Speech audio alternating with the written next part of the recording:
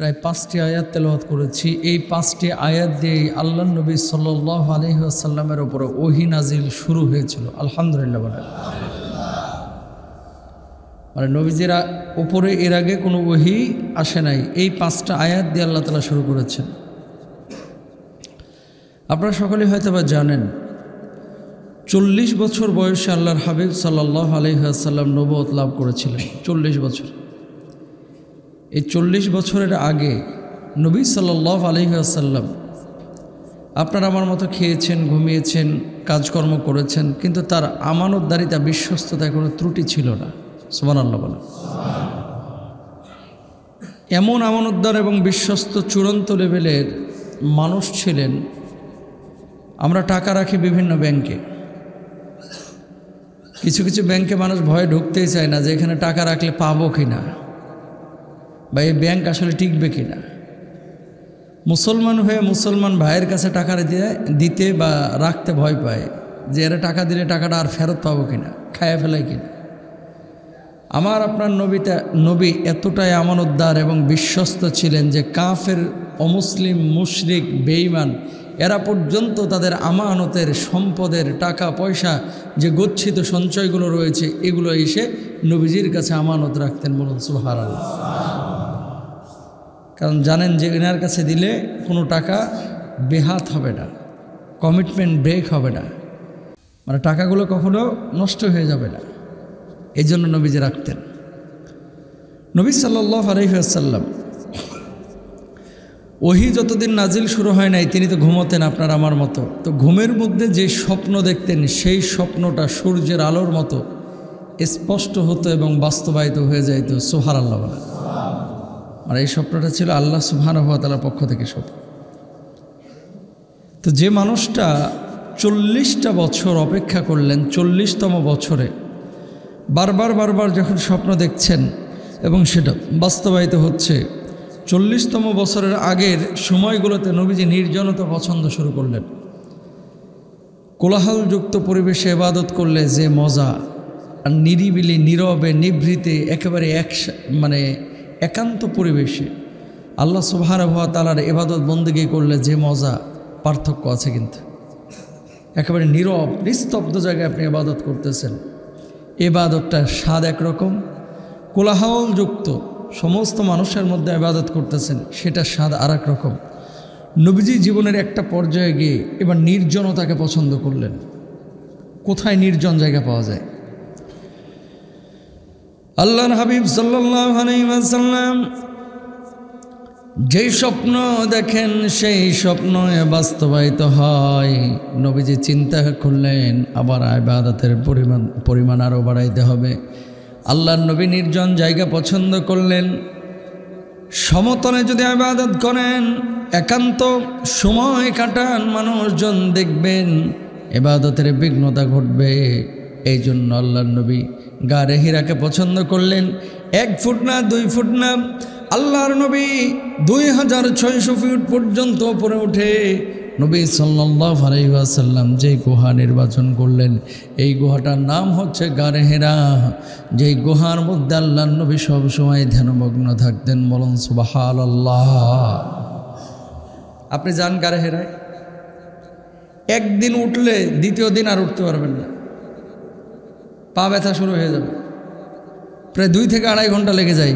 উপরে পাহাড়ের, পাথরে পাহাড়, এটা উঠতে 2 থেকে 3 ঘন্টা মতো সময় লাগে।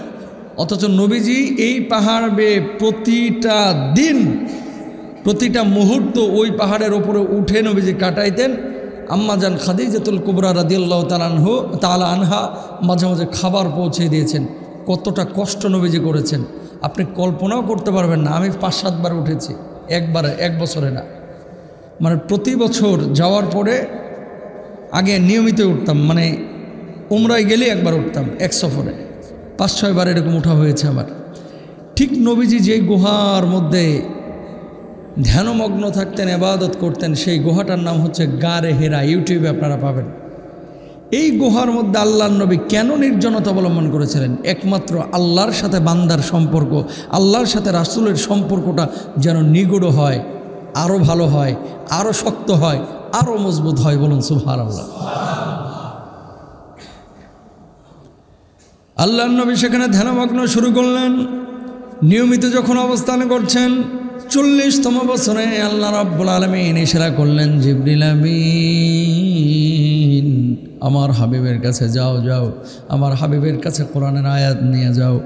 আল্লাহর নবী ধ্যানমগ্ন আছেন, এমন মুহূর্তে বিশ্বনবী সাল্লাল্লাহু আলাইহি ওয়াসাল্লামের কাছে জিবরিল আমিন আসলেন। আসার পরে বললেন, ইয়া রাসূলুল্লাহ, ইয়া হাবিবাল্লাহ, ওগো মুহাম্মদ সাল্লাল্লাহু আলাইহি ওয়াসাল্লাম, আল্লাহ রাব্বুল আলামিন আপনার কাছে আয়াত পাঠিয়েছেন। নবীজিকে জড়িয়ে ধরলেন। আল্লাহর নবী ভীত সন্ত্রস্ত হয়ে গেলেন। নবীজি ব্যথা অনুভব করলেন, ভয়ে বললেন, ভয়ে পড়ে গেলেন। আল্লাহর নবীকে জিবরিল আমিন বললেন, ইকরা, পড়ো। নবীজি জবাব দিলেন, আমি পড়তে পারি না। একবার চাপ দেওয়া হলো, দ্বিতীয়বার আবার ধরলেন, বললেন আমি পড়তে পারি না। তৃতীয়বার জিবরিল আমিন ধরলেন, আল্লাহর নবীকে বললেন আমার সঙ্গে সঙ্গে পড়ো। আল্লাহর নবী জবাব দিলেন, আমি পড়তে পারি না। নবীজি সাল্লাল্লাহু আলাইহি ওয়াসাল্লামের সামনে ওই সময় যে 5টি আয়াত তেলাওয়াত করা হয়েছিল, এই 5 আয়াত আপনাদের সামনে তুলে ধরেছি। বলুন আলহামদুলিল্লাহ। নবীজিকে ধরার পরে যে 5টা আয়াত প্রথমে জিবরিল আমিন তেলাওয়াত করেছে, এইভাবেই কিন্তু কোরআন নাজিল শুরু হলো। কয় আয়াত? 5টা। কয়টা? মনে রাখবেন। তাহলে গোটা কোরআনুল কারীম এত মোটা একটা কিতাব, 6666 বা 6332 যাই বলে লেখেন, এত বড় কোরআন যে আল্লাহ সুবহানাহু ওয়া তাআলা নাজিল করলো, যেই আয়াত দিয়ে বা যেই সূরা দিয়ে শুরু করছে ওই আয়াতের গুরুত্ব আছে না নাই? পথে ঘাটে মাঠে রাস্তায় দেখবেন এই আয়াতটা লেখা থাকে। কি লেখা থাকে? পড়ো তোমার প্রভুর নামে। বলে কি বলে না? পড়ো তোমার প্রভুর নামে লেখা থাকে, পড়ো তোমার প্রভুর নামে। কিন্তু পড়ে আবার নাস্তিকের পড়া অনেকে আছে না নাই? যারা বলেন লেখা থাকে পড়ো তোমার প্রভুর নামে, কিন্তু পড়তেছে এমন পড়া যেটার সাথে না রাষ্ট্রের কোনো উপকার আছে, দেশের কোনো উপকার আছে, না দিনের কোনো উপকার আছে। আছে না? সব পড়া কি দেশের, জাতির, দুনিয়ার, দিনের কল্যাণ আছে? এমন একটা সিরিজ আপনি পড়লেন যে সিরিজের মধ্যে শুধু সেক্সুয়াল কন্টেন্ট উপাদান দেওয়া আছে, জৈবিক চাহিদার দিকে মানুষকে উজ্জীবিত করা হচ্ছে। এরকম কিছু বই বাংলার জমিন বলেন সারা পৃথিবীর জমিনে আছে না নাই? কোনো কাজ নাই, কোনো কাজ নাই। এই গল্পটা দিছেই শুধু যৌন শস্যের জন্য। এই শিক্ষাকে, এই পড়ো তোমার প্রভুর নামে যে লেখা হয়, এ কর, আল্লাহ যে বলছে পড়ো, আল্লাহকে ওই পড়ার কথা বলছে না দিনের পড়া? যেই পড়া, দিনের পড়া মানে কি বুঝছেন এখানে? দিনের পড়া মানে হচ্ছে শুধু কোরআন হাদিস পড়া না, যেটা আল্লাহর জন্য কাজে লাগবে, নবীর জন্য কাজে লাগবে, দিনের জন্য কাজে লাগবে, যেটা মানুষের কল্যাণে কাজে লাগবে, রাষ্ট্রের কল্যাণে কাজে লাগবে, দেশের কল্যাণে কাজে লাগবে, মনুষ্যত্বর কল্যাণে যেই এলেমটা কাজে লাগবে, সেই এলেমের কথা আল্লাহ তাআলা বলেছেন। সুবহানাল্লাহ বলেন।